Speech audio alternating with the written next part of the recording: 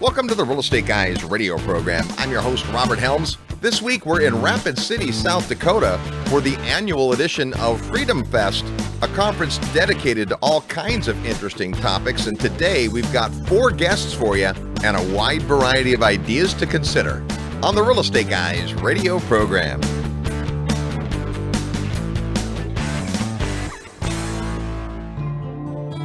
Are you achieving everything you want in life? What if there was a time-tested way for you to get all you've dreamed of? The most successful people in life set goals and keep themselves accountable. But how? The good news is that it's not rocket science. You too can learn the skills and unleash the motivation that will create success in your life. And now is the time. Hi, this is Robert Helms, and I'd like to personally invite you to attend Create Your Future, the 2022 Goals Retreat, January 7th to 9th in beautiful Lake Las Vegas, Nevada. This unique weekend event has been called phenomenal, inspirational, and life-changing by the thousands of people that have attended. Hear from some of them and find out more at realestateguysradio.com under events or call 888-489-7723 extension 18 to reserve your spot. Get your life back on track, physically, spiritually, and financially. Attend the live in-person 2022 Goals Retreat on the second weekend of the new year. Click events at realestateguysradio.com to register. This is no dress rehearsal. Live the life you were meant to. Visit realestateguysradio.com or call 888-489-7723 extension 18 today. Welcome to the Real Estate Guys radio program. I'm your host, Robert Helms. Joining me as usual, our financial strategist and co-host, Russell Gray. Hey, Robert. I have actually been joining you for a really, really long time. I was thinking about that the other day, right? It's been 20 years. Crazy. Yeah. All of a sudden, we're becoming an overnight sensation. It's great. Hey, we're going to take a diversion today because it is time for FreedomFest, an event we go to pretty much every year. It's normally Las Vegas, and the founder and promoter, Mark Skousen, says that's because the city that represents freedom the most in the United States is Las Vegas. And even though Mark says he's not a big fan of the city, he's a big fan of the fact that there's a lot of freedom expressed there. This year, we're in South Dakota. Yeah, it's interesting because Nevada as a whole has shifted a little bit. Las Vegas certainly has shifted. Its history is gangsters trying to get away from regulation and go do whatever they want to do and be free. And they built a giant metropolis in the middle of the desert. But over time, it shifted and became a little bit more family friendly, a little bit more mainstream. But with the latest developments, and pretty hard to do live events there. So we ended up here in South Dakota, and I'd never been to South Dakota, so it's exciting. And going to go see Mount Rushmore, and haven't done that. But the idea of freedom, I think when people think about building wealth, when people think about the reason they want to invest in real estate, it's always financial freedom. And they want the money to be able to live where they want to live, do what they want to do, be with who they want to be with, and not have external pressures put upon them. They want to be free. Wealth is about freedom. And one of the things that people need to understand is that freedom and wealth are really almost synonymous. You cannot have wealth without freedom. And it's no secret that we live in a world that is becoming more monitored, more surveilled, more managed. You may like that, at least the goals and the reasons behind it, but we face things like eviction moratoriums and restrictions on our business opportunities or even the ability to open up a business. And these are starting to have real world effects on people's ability to build and protect wealth. And so FreedomFest has probably become even more relevant to us in what this is, I think, our 9th year or something like that. Every year we've come, we've always learned a lot, but this year in particular, I think there's a real spirit about concern about the direction of personal freedom in the United States of America. So we're excited actually this week and next week to hear from lots of guests on the show that are here at this conference to expose different ideas, philosophies, opportunities. And so it's kind of a grab bag today. You're going to hear a wide variety of folks. I think the message is just to be open-minded, hear what they have to say. You may agree or disagree, but by the end of the show, you've learned a lot. And before we're done, we will, I promise, talk real estate in South Dakota, but we won't start there. And then next week, we've got even a more focused show. Several of the people that are here have an agenda when it comes to the future of education. So look for that next week. But when we come back, you'll meet our guests here at FreedomFest in South Dakota today on the Real Estate Guys radio program. Live nationwide, you're listening to the Real Estate Guys. Find out more at realestateguysradio.com. Hey, it's Robert Helms. Thanks so much for listening to the show today. I want to personally invite you to come see an amazing real estate market that combines excellent cash flow, offshore diversification, and what we affectionately call lifestyle investing. Come join me December 3rd through 6th in the beautiful country of Belize. The Real Estate Guys have been bringing investors to Belize for more than 15 years now, and our discovery trip is designed to show you the market like nobody else can. Sure, Belize is breathtakingly beautiful. The people are wonderful, and wait till you taste the food.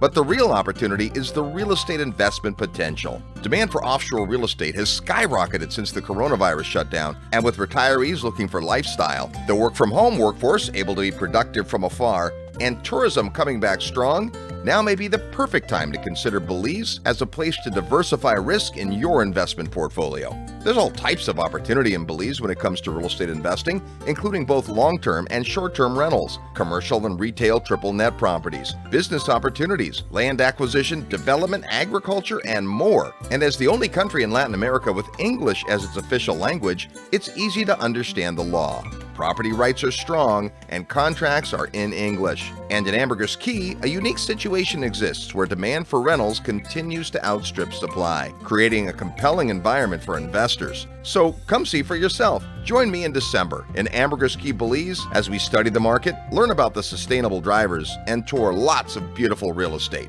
And like all of our field trips, there are no properties for sale during the weekend.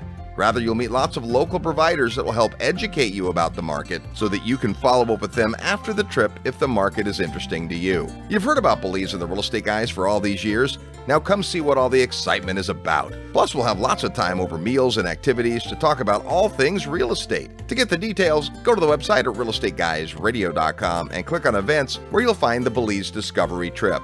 Once you register, you'll get information about our group hotel rates, as well as full travel details. So join me in Belize December 3rd to 6th. It's a beautiful country with lots of amazing possibilities, and the only thing missing is you. Go to realestateguysradio.com under events, and I look forward to seeing you in beautiful Belize. Hi, this is Frank Holmes, Chief Investment Officer and CEO of U.S. Global Investors, and you are listening to the Real Estate Guys. Welcome back to the Real Estate Guys radio program, now in our 25th year of broadcast. We're talking today about something very different but very near and dear to real estate investors' hearts, and that is the legal side. What happens in the real world when, say, you have a tenant that doesn't pay and you have to maybe evict that person? Well, the gentleman we're going to meet knows way more about a lot of things than just that, but you may recognize his name with a great background in law enforcement. Let's say hello to Sheriff Richard Mack. How are you? Well, doing great, Robert. Thanks for having me. Well, it's good to have you on the program.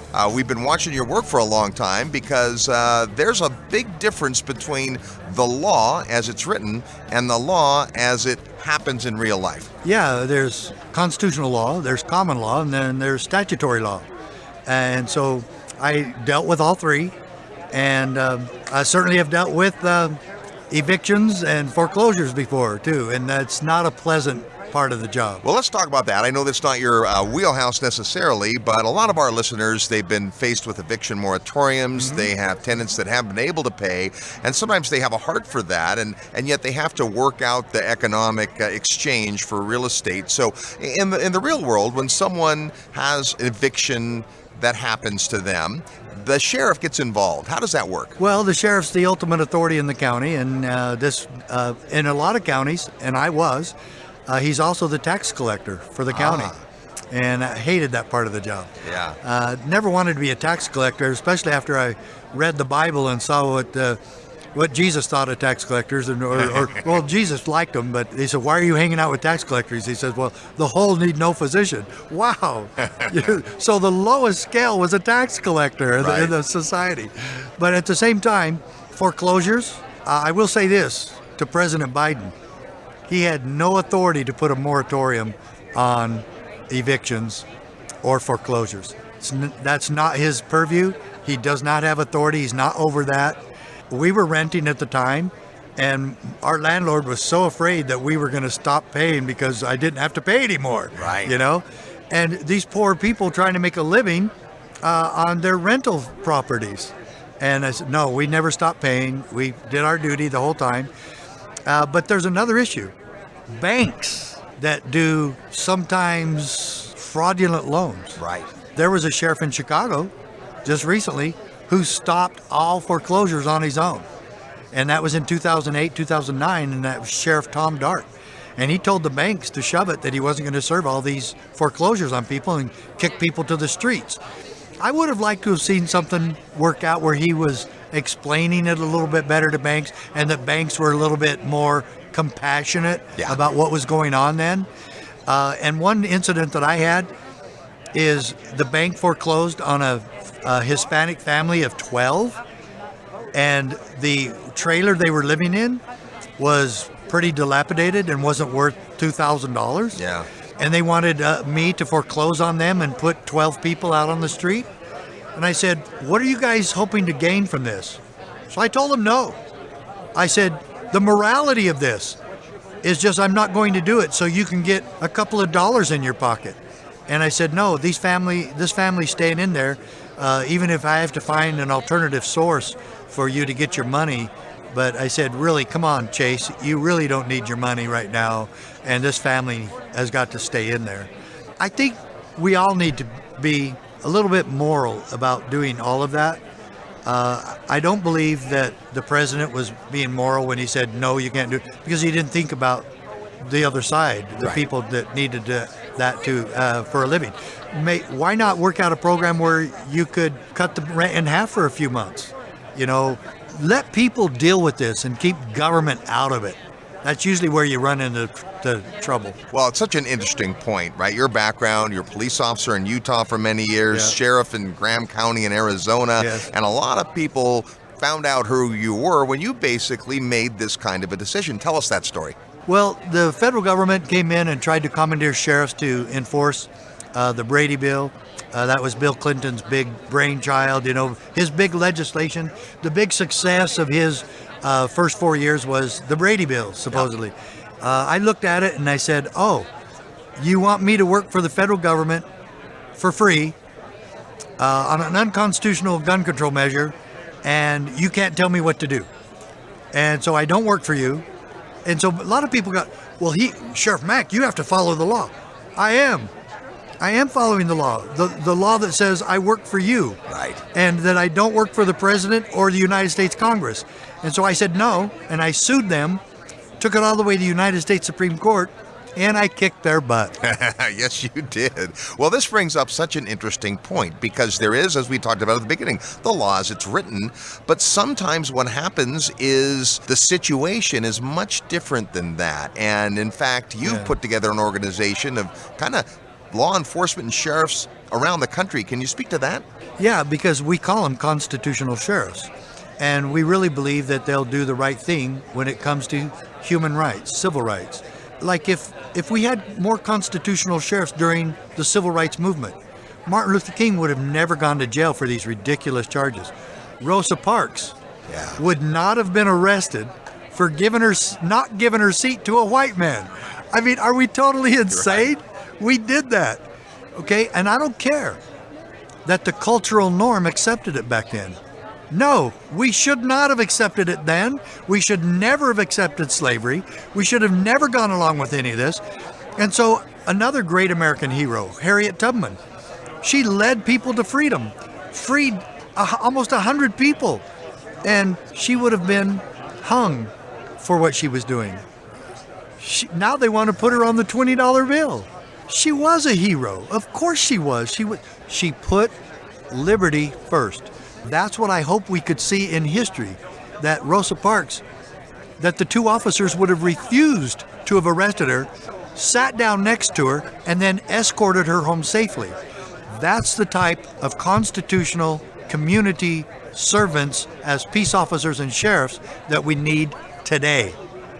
And I don't care what the issue is. Doesn't matter if it's Second Amendment, doesn't matter if it's my personal property rights, doesn't matter if I'm being abused by the IRS. Who's going to stop it? Republicans and Democrats in Washington, D.C.? No. They're not. So the sheriff is the one who ultimately has boots on the ground to defend us from all enemies, both foreign and domestic. And all the sheriff has to do is keep his oath of office. He swore to uphold and defend the Constitution. Well, it's such an interesting point, because today people are saying, well, if people don't follow orders, things go wrong. And I think we have that sense from the military organizations, right? Yeah, but that's what Nuremberg was all about. The Nuremberg trials was all about, their defense was, I was just following orders, and that didn't fly. Following orders doing an immoral act or committing murder is never okay. Following the same type of rules and orders today to take guns away from law-abiding citizens or arrest somebody who really shouldn't be arrested, Amish farmers who get arrested for not pasteurizing their milk, right, or that we send in SWAT teams on Amish co-ops. Have we really gotten over this ridiculous Nazi mentality in America? We are public servants. We are here to protect and serve. And the purpose of government, if I could quote the Declaration of Independence, to secure these rights, governments are instituted among men. That is what we teach. We also love the part in the Declaration of Independence that all men are created equal. Civil rights, human rights, individual liberty is for all Americans, all people. In fact, I'll say this, it's for the world. It's for all people. I don't care what background you are, what color you are, what religion you are, or what country you're from, or where your daddy's from. Liberty is for all people. Morality doesn't stop at the border. That's correct. Great stuff. Well, thanks so much for being on the program. Hey, how can people learn more about what you're doing, Sheriff Mack? Just go to CSPOA, stands for Constitutional Sheriffs Peace Officers Association, CSPOA.org. There's Sheriff Mack. More when we come back from FreedomFest in South Dakota. I'm your host, Robert Helms. Real estate investment advice right in your mailbox. Sign up for the free Real Estate Guys newsletter at realestateguysradio.com. Real Estate Guys listeners, are you tired of losing real estate deals due to financing issues? Have you had enough of waiting on banks, lenders, and investor groups to fund new projects? What if there were a way to eliminate all the hassle and invest in real estate on your own terms? I'm here to tell you there is. Patrick Donahoe here from Paradigm Life. I'm an Investopedia Top 100 Most Influential Financial Advisor, and I recently wrote a best-selling book about the financial strategy that changed my entire investment model, and the one that could change yours. To get a copy of my book for free and learn how you can maximize your real estate portfolio by acting as your own bank, send an email to mybank@realestateguysradio.com. Don't make another real estate deal without reading my book first. Email mybank@realestateguysradio.com now to get your copy for free. Hey, ever wished you could go back in time and do some tax planning? Now you can, just like Marty McFly. Lucky for you, a brand new federal law just made this possible with an EQRP to get tax deductions and reduce your taxable income from last year, so you can use that tax savings to invest in real estate, Bitcoin, gold, even your own business. Whether you're a full-time investor, doctor, government employee, even if you have 5 or 50 employees, the EQRP works and is your secret weapon, and now it's retroactive. Hey, I'm Damian Lupo, and we have your solution. By the way, if you got bad advice and used an IRA for an apartment syndication, you are sitting on a U-bit time bomb. But don't worry, there's a solution, the EQRP. The EQRP company is ready to help you get control of your money, kill U-bit, and help you pay way less taxes. Want to learn more about this strategy? Send an email to eqrp@realestateguysradio.com for my special EQRP report. Paying tax or letting Wall Street suck you dry is dumb. Your first step is freeing your retirement money by sending an email to eqrp@realestateguysradio.com today.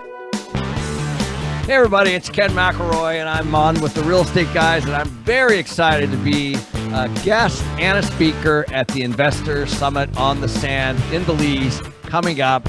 If you haven't signed up, be sure to do so. Welcome back to the Real Estate Guys radio program. In our 25th year of broadcast, we're at FreedomFest. This is our 10th event, I believe, with Mark Skousen and FreedomFest, this time in South Dakota.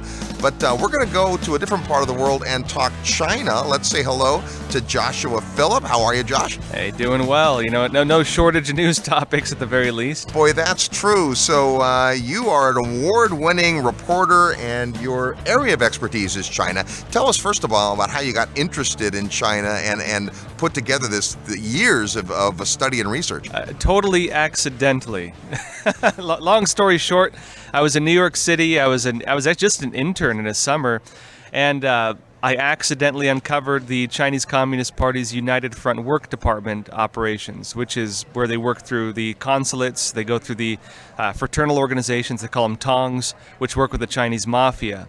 And through this whole network, they subvert politics, they subvert local businesses, they subvert the local communities, and use these for their networks of influence to expand the reach of the Chinese Communist Party. Wow, and that's kind of a can of worms, right? Oh yeah, it was a multi-year-long investigation, and actually a lot of my articles at the time were used by some of the first government reports on this. Well, this is an interesting thing, because we hear some things about China, and depending on, of course, where you get your news, and we'll talk about that before we're done, you don't know what to believe, what to know, how much is a threat. Our audience are real estate investors, not that they're necessarily interested in investing in China, although some might be. The bigger picture is global economics. What happens when China makes its moves and its decisions? Kind of walk us through some of that. Well, there's some big things taking place right now that I think everybody should be aware of. When it comes to the virus, of course, the Chinese Communist Party seeded the virus by allowing travel outside of China.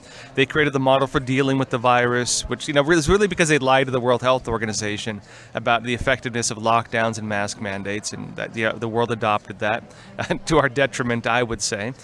And now they're manufacturing the way of bouncing back from the virus. And this is three-tiered. One is this vaccine passport thing that started with the Chinese health code on your smartphone. And so they introduced that model for it, which is basically where governments keep their emergency powers and they selectively, on conditions, grant you back your freedoms. That's essentially what it is. It lets government keep the powers they've given themselves. The other part of this is the new digital currencies. They're launching this new digital yuan.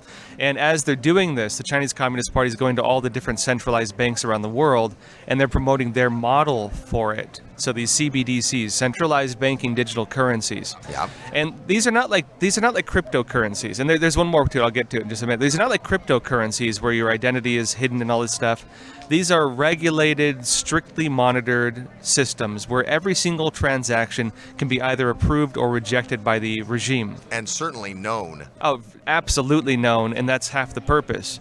Now, the way the CCP is promoting it is it's gonna get rid of money laundering, because one thing they have in China is that a lot of Chinese people, especially the wealthy ones, don't want their money in the Chinese yuan. They want their money in the dollar. They want their money in hard assets, which is why they go outside the U.S. or they go outside China and they pour their money into hard assets like real estate, like diamonds, like gold, like anything. Yep. This is, a lot of the people buying up mass real estate across the U.S. This is not a Chinese Communist Party operation. In the eyes of the Chinese Communist Party, that's money laundering. And so when they start saying we're going to do away with money laundering, it's things like this that they are talking about. Wow. And so this is something really, really important to watch out for. Not to mention that if other countries adopt the digital currencies and the implications of that under the CCP's model. Maybe the U.S. won't adopt it, but you can expect a lot of countries in Africa, Latin America, maybe Asia to adopt the CCP's model. This is going to disrupt the entire financial system. It's going to make it harder for the U.S. to make sanctions. A lot of international influence from the U.S. is going to dissipate because of this. And this is happening as we speak. The other big thing to watch out for is, so the Chinese Communist Party right now, Xi Jinping is really walking the steps of becoming the next Mao Zedong. And he's even naming a lot of his movements after things Mao did. Mao Zedong, wasn't always chairman of the CCP. Xi Jinping is not the absolute leader of the CCP. Right. There are actually divisions of power, and these divisions of power actually fight with each other like you wouldn't believe. There's a lot of internal fighting. And I mean, it's not like the U.S. where they go and argue with each other. It's like they backstab each other and try to sabotage. I mean, maybe they do that here a little bit too. I don't know. But it's way worse in China. Let's put it that way. Xi Jinping right now is trying to become chairman. By doing this, he's launching a new purge within the party, and he's naming it after the one Mao Zedong launched, which was the bloodiest purge in the history of the Communist Party. He's also launching all kinds of new social programs. One of the biggest ones, the one I think most relevant to your listeners, is he's launching what they're calling a mixed model economy. And basically what this is it means the Chinese Communist Party is going to partially own every single business in the country. Not a single business is going to be outside of that. And we already see the first signs of this with private businesses, even U.S. businesses, where they're saying if you're in China, if the Chinese Communist Party sanctions someone, for example, Donald Trump or Mike Pompeo, and they sanctioned Pompeo and Miles Yu and these guys, right? That you have to enforce these sanctions if you're going to operate in China. And so they're giving businesses basically an ultimatum, Western businesses an ultimatum, that if you're going to work in China, you need to follow Chinese law, you need to follow the Chinese Communist Party, and if you step out of line, you're done. That's it. Not to mention the idea that they're going to partially own every single business from your massive corporation like Alibaba down to your local hot dog stand. This is the future of it, and this is what they're also going to be promoting around the world under the China model. Now, Josh, one of the things that we've been paying attention to, of course, is the dollar's the reserve currency, but for how long? China doesn't like that. We talked about gold. China has tons of gold. How much? Who really knows? A lot of it's fake. It was like gold-plated, like copper. Not even that, like gold-plated, like, tin and like stuff a show. like that. Yeah. So how do you see them moving there when it comes to the, because they've got their currency and this digital currency, which is definitely something to watch, as you point out. But what about how they interact with other nations and other currencies? Well, let's put it this way. So the Chinese Communist Party, one of the main ways it kept money flowing internally inside China was by doing mega projects, ghost cities, airports nobody uses, highways to nowhere, that kind of stuff. That was a bubble in China, and it already started to burst. And so they made that international, which was the One Belt, One Road initiative, where they go into countries and they say, okay, we'll do mega projects in these countries. And they do them in ways where they build them, the Chinese workers get the jobs, the Chinese Communist Party oftentimes manages it afterwards, and then because of the debt trap system, gains control over that, and oftentimes other things within the country in addition to that. A lot of it's done through heavy bribery, where the local officials know well what they're getting their country into. But when they go abroad and invest, they'll bring $10 million, and at least $1 million of that, 10% roughly, is going to be for bribes. And so that's just how they operate. And so they go abroad, they do these mega projects, and they're pushing forward with that quite a bit right now as well. That's also a bubble, though, because the Chinese companies doing these things oftentimes become indebted through that. And the Chinese Communist Party gains control through that. And a lot of times that's on local officials and so on. It's not that hot of a system. And I think people are already kind of starting to see through it from what I've been told by contacts. If you had Sri Lanka, for example, they were saying that we're going to wake up one day and find ourselves vassal states of the Chinese Communist Party. A lot of countries have already gotten into these debt traps, and they're not going to do it again. And so it's a one-shot show, basically, and China already had its one shot in a lot of these countries. Now, what about this idea that the Chinese government and certainly the Communist Party thinks more long-term, right? They think generationally. They're not quarter to quarter. They're patient, if you will. Is that your experience watching them? They are, but they're also not nearly as stable internally as people would like to believe, I think. There is a lot of infighting right now. There's a lot of internal instability right now. The local population no longer fears the Communist Party to a large extent. 15 years ago, people would be afraid to even curse the Communist Party in their bathroom, sitting by themselves.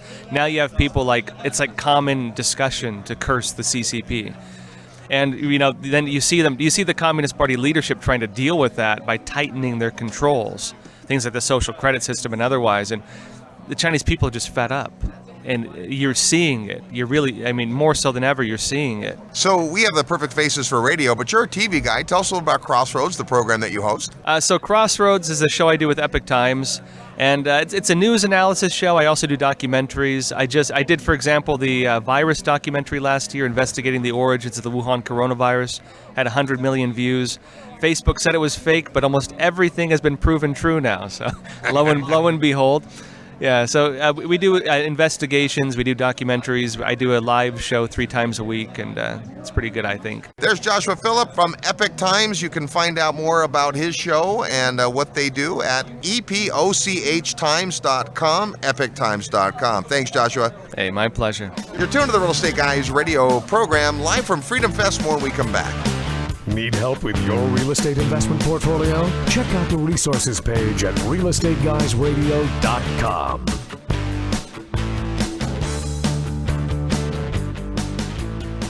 In uncertain times like this, it's great to know there are two things you can always count on: high demand for affordable single-family homes to live in, and Terry Kerr's amazing Memphis team at Mid-South Home Buyers to find, fix, and manage the next addition to your recession-resistant real estate portfolio. The Memphis market is logistics and distribution dynamo with an economic engine that's essential to moving goods and critical supplies all over the United States.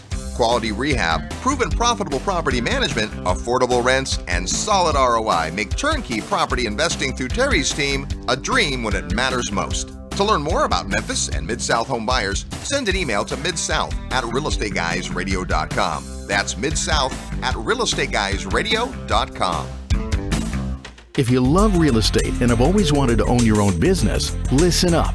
The Real Estate Guys and their panel of experts want to teach you how to go full-time fast in the real estate syndication business. These next few years may go down in history as one of the best times ever to acquire investment real estate. There are deals everywhere if you know where to look and how to assemble the resources. The Secrets of Successful Syndication seminar will show you how to make big money doing big deals from a team of experts that have syndicated projects totaling more than $1 billion. Don't wait for someone to give you a raise or create a job for you. Attend the Secrets of Successful Syndication and learn how to build a team, raise capital, find deals, and make full-time money in 6 months or less. Go to realestateguysradio.com and click on events. All the big players use syndication as a way to diversify risk, optimize profits, and earn big money. You can too. Go to realestateguysradio.com and click on events.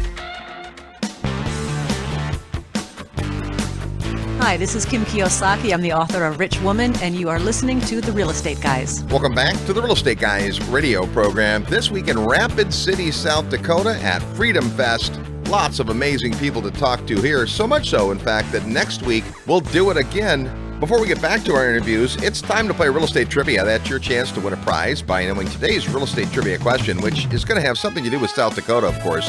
When you hear the question and think you know the answer, send your best guess to trivia@realestateguysradio.com.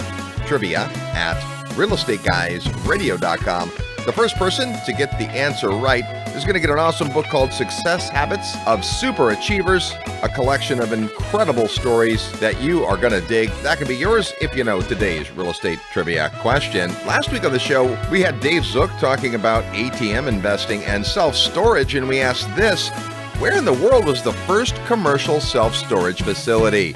While there's some evidence to suggest that the ancient Chinese utilized underground storage units to hold possessions that didn't fit inside their minimalist homes, the true beginning of modern self-storage took place in America. In Omaha, Nebraska in the 1800s, the brothers Martin and John Beacons launched Beacons Van and Storage Company, and while moving was their primary business, and still is today, they did offer to store items temporarily. But according to DidYouKnowHomes.com, self-storage as we recognize it today, with large structures of small personal warehouses, began in Fort Lauderdale, Florida, thanks to the Cullum family, who opened up business in 1958. Here's our real estate trivia question for this week. An inspirational tourist attraction, Mount Rushmore, took 14 years to carve at a cost of just around $1 million. Doesn't seem like much, but back then it was. Here's our question. What was the mountain called before the faces of our presidents were carved into the side of it? Yeah, it wasn't called Mount Rushmore until the presidents were there.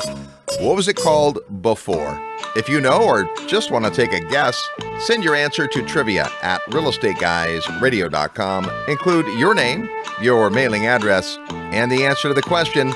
First person that gets it right gets Success Habits of Super Achievers. That's today's real estate trivia question. Let's head back out to the show floor at FreedomFest in Rapid City, South Dakota. Hi, this is Mauricio Raul, the founder and CEO of Muir Law Group, and you're listening to The Real Estate Guys. Welcome back to the Real Estate Guys radio program, now in our 25th year of broadcast. We're at Freedom Fest this year in South Dakota, and we come to to listen to the speakers, but we also come to meet the people. And we just met an extraordinary young lady. Let's say hi to Meredith. Hey. Hello. Thanks for having me. Well, it's wonderful to have you on the program and to hear your story. And people vote every day with their feet, meaning they decide where they're going to go in the world based on what's around them. You have an interesting story about the place you live maybe not being so friendly that you've decided to move. Tell us what happened. Yeah, so what happened is I was a lifelong Marin County resident in California, 33 years old, and so I lived there for, I did a little bit of traveling, but my home roots are in Marin County, and I was living there during the time of the lockdowns. Yeah.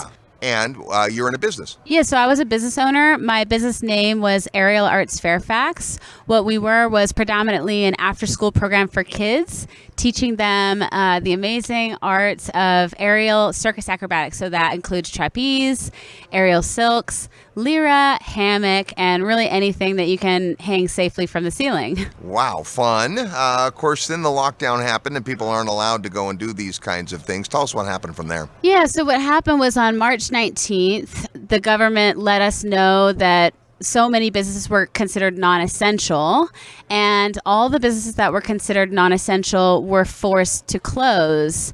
In my particular case, my landlords definitely made sure that I closed. I think that the route I might have taken would have been to check in with the families who felt like they needed the service versus not. And I feel like I might have probably tried to figure out a way to keep operating if families needed me. But because my landlord said that I absolutely had to close, I then actually did close for a few months. And it sounds like, based on the type of skills you teach, that's kind of a hard thing to do over Zoom. Yes, thank you for bringing that up, because sometimes I forget like the amount of pressure I was under to pivot to Zoom, because so many businesses seem to easily pivot to Zoom. And I felt pretty resentful for that for a number of reasons. Number one, it's not possible. Yep. It's a lot less safe.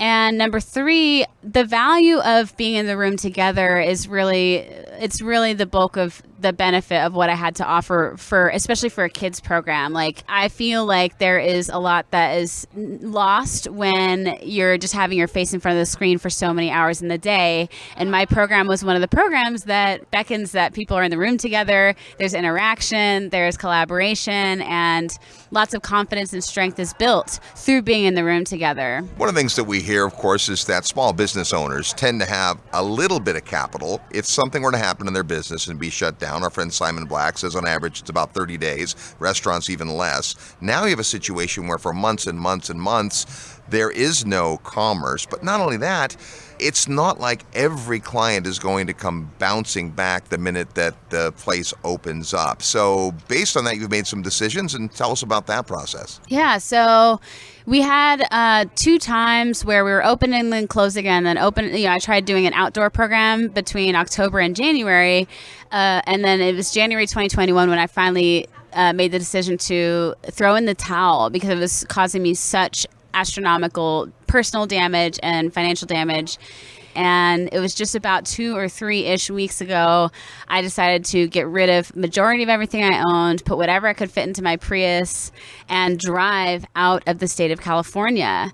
And I do not have any plans to return at this point in time. In particular, the predominant reason I left is I realized that I am no longer interested in paying taxes in the state of California. Specifically, that's why I'm not there anymore. Well, and this is interesting because lots of folks make these decisions every day. I talked about people voting with their feet, but there are some states in the union that pay no state income tax. And that doesn't mean that it's necessarily better, because you have to look at everything: quality of life, cost, expenses. In our case, real estate, we look at tenant-landlord law. As a business owner, how friendly is a jurisdiction to your business? And I'm going to guess there's other places that are going to be more welcoming and more friendly to a business owner. Yes, that definitely looks like it's the case here in South Dakota, that's for sure. I haven't decided where I'm going to settle, because I feel like the most wise thing would be for me to spend a little bit of time to sniff around and figure out where it really feels right. But South Dakota certainly is doing a good job at making me feel welcome. Yeah, it's interesting. We got to hear from the governor, Kristi Noem, which was extraordinary. What an amazing woman. And she brought her husband on stage, and the lieutenant governor and his wife, and they were just very welcoming to the 2,600 people that are here. But her attitude's very different. And again, the real estate guys aren't political, but just from a business point of view, She took the exact opposite approach as the governor from your state. She said, let's not shut everything down. Let's not decide as the government which businesses are essential and which aren't. And now, 18 months later, this state is flourishing. Yeah, I'm so glad you brought her up, actually. She is at least 50% of the reason why I'm here in this state and at this conference, because I listened to her speech at the CPAC. I think that was in the year 2020. I would definitely recommend, if anyone hasn't watched her 28 or so minute talk at the CPAC, she's the first person of an authority figure who I ever heard say, it is not my right or place to say whose business or livelihood is essential versus who's not. I absolutely broke into tears when I heard that woman say that, because I was just inundated, just drowned in California with not only our government, but also almost every single citizen agreeing with this weird concept of who's essential versus who's not essential. Early on, I spent time with a friend who worked at Staples, and he got to work because he's considered a quote-unquote essential worker. Meanwhile, I'm a business owner and fighting tooth and nail to survive. I had employees under me that I was trying to keep, employed. I had kids that were looking to my services for enrichment in life, and I'm considered non-essential. And I think more important than those details are that it became sort of this pissing match, one person to another. Who's essential? Who's not essential? Essential workers feeling inflated and exalted. Meanwhile, the rest of us are just, it was really brutal. And so to hear Governor Kristi Noem say that changed my life. And I got to meet her on Thursday. I'm super grateful for that. And I'm here in South Dakota, and I'm not looking back to California. I don't know how long it's going to take them to stop doing whatever it is that state is doing, but I won't be back until they're done. Well, that's awesome. And, the big picture here is that every day people make decisions based on what's around and the environment they're in. The loss isn't just you as a business owner or you as a taxpayer or you as a vibrant member of the community. The loss is to your students and to your employees and to the vibrancy that creates. And we're not political, but Russ and I are both former Californians, right? So we both have made the decision with our feet to move elsewhere. And I'm not saying it's right or wrong. Love California. It's beautiful. The weather's nice, but boy, the circumstance created there looks so much different than it did in other places. Meredith, thanks so much for sharing your story with us. Thank you so much for having me. You're tuned to the Real Estate Guys radio program. We're live in South Dakota. More when we come back. I'm your host, Robert Helms. Hi, I'm G. Edward Griffin, author of The Creature from Jekyll Island, a second look at the Federal Reserve. And you're listening to The Real Estate Guys. The Real Estate Guys are throwing a party and you're invited. Join us live at the New Orleans Investment Conference, October 19th through 22nd. Now in its 47th year, it's the nation's longest running investment conference and features some of the biggest names in economics and investing, including Jim Rickards, Ron Paul, Danielle DiMartino Booth, Rick Rule, Doug Casey, James Grant, Peter Schiff, and George Gammon. And of course, the Real Estate Guys are speaking again this year. Plus, we're hosting a private hospitality suite one of the evenings with some very special guests. So make plans to join the Real Estate Guys at the New Orleans Investment Conference. With everything going on in the world, no serious investor can afford to miss it. Send an email to neworleans@realestateguysradio.com and we'll get you all the details. That's neworleans@realestateguysradio.com.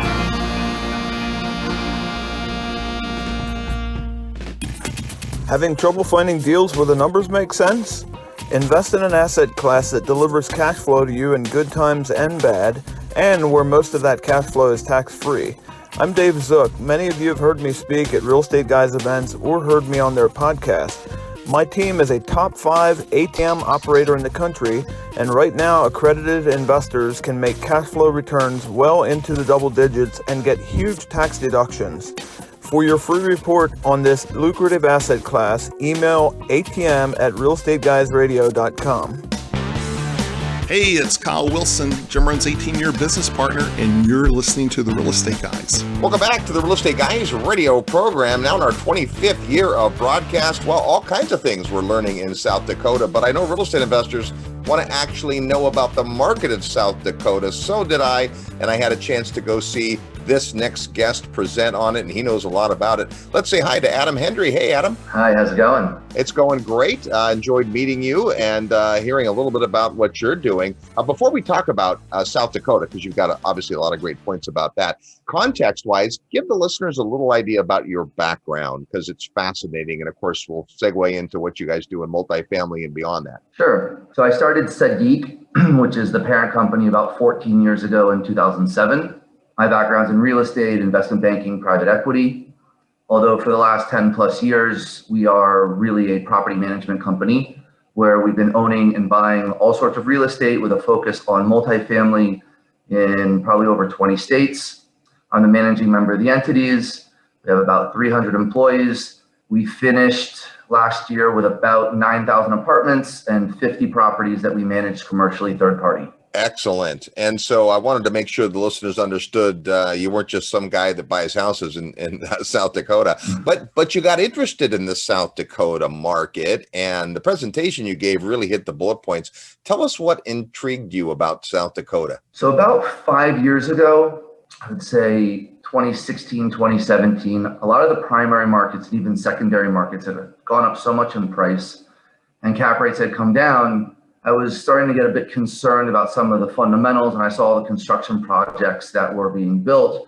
We decided that we wanted to exit a lot of the primary and secondary markets. So Florida is an example, because we had purchased during the Great Recession, and we had decided, is there a criteria in all 50 states that makes sense for an entry point post 2016? Is there a market that was not overbuilt, that had good demographics, population growth, lack of supply, business friendly, et cetera? We also put a criteria in there from 2008 to 2012. Was there any market that performed really well? And we ended up in Sioux Falls, South Dakota, and quickly discovered that we think it's the best frontier of multifamily that a lot of people had not discovered yet. Well, you mentioned not only the employment, which was fascinating, but the fact that there are people moving there. Talk about kind of the dynamic that you've seen in South Dakota. So the dynamic in South Dakota, I kind of feel like it's Florida and Texas on steroids. So it's just on a much smaller scale right now, just because the population is under 1 million. But if you were to look today, unemployment's under 3%. And the governor gave a really interesting statistic that there's 28,000 job openings and there's only 2,500 people on unemployment. So if someone's coming to work, there's a lot of jobs, and I think it's escalating. And it's interesting that there's that many job openings, low unemployment, the lowest in the entire United States, and companies are quickly relocating to South Dakota. So I would expect that the amount of job openings is going to go up, and the population growth is hitting all-time record highs in Sioux Falls and Rapid City. So from a multifamily standpoint, the dynamics are about as good as you can get. Vacancy has been around 1% now, which is really quite spectacular. So other than some move-ins and move-outs, you're as occupied as could be. And right now, I think South Dakota may be one of the few states that I can confidently say that the rent growth on the income side is really outpacing the expense growth, which is something that's really become a challenge in multifamily, watching the utilities and the property taxes and the insurance and payroll, staying fully staffed and then having to increase your payroll. So I could talk a lot about the dynamics in South Dakota, but it's really an exciting place. Well, and you have a perspective, obviously, having thousands of doors in lots of different marketplaces. And we're the same way. We come into a market, and one of the things we look at, of course, is net in migration, or more people coming in. And not just are they coming in, but what are they doing? And the fact that they're pursuing jobs in a state that has pretty low costs. So even though it's not a lot for folks to, rent an apartment, it is increasing. And I think there's also the fact that you don't see a lot of big players. You don't see 300, 400, 500 unit apartment buildings. And yet you guys have that kind of stuff in your portfolio. So specifically, talk about some of the opportunity you see, because it's not just in multifamily. You shared with us some of the other things you're doing there. Sure. So we started in multifamily here in South Dakota because that's what we were very comfortable with. And we started exploring other we'll call them asset classes. So we bought a building in Sioux Falls where we have 35 employees as a corporate office. We have apartments in both Sioux Falls and Rapid City, but we added recently a motel in Rapid City. We have a trailer park. We've been buying a bunch of homes and renting them out Airbnb. So the short-term vacation rentals are doing unbelievable. People want a vacation now where everything's open and you can have access to the beautiful Black Hills. So that's been something that, we kind of, I should say, almost stumbled into, because last year when I was here and I rented a house for my family, I realized that the Airbnb market here is really not developed like you would see in Colorado or Wyoming or Montana. So that was also something we found really interesting. And then the next thing is we have a 22,000 acre ranch. So we also got involved in income producing land, which is a whole separate type of real estate, but we also found that very fascinating here too. All right, good stuff. Well, we've asked Adam to put together a quick report on the things he likes in South Dakota. And to get a copy of that, all you have to do is send an email to southDakota@realestateguysradio.com, and you'll get some of these bullet points and more.